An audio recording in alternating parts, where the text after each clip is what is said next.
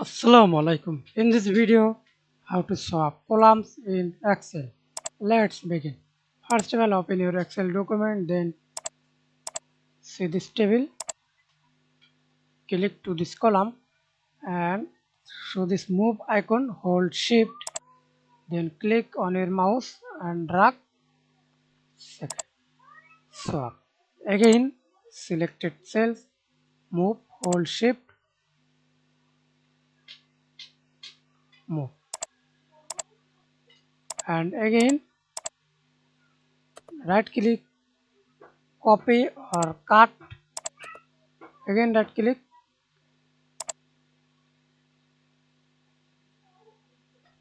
paste. That's it. Thanks for watching video. Please subscribe to my channel, like, comment, share.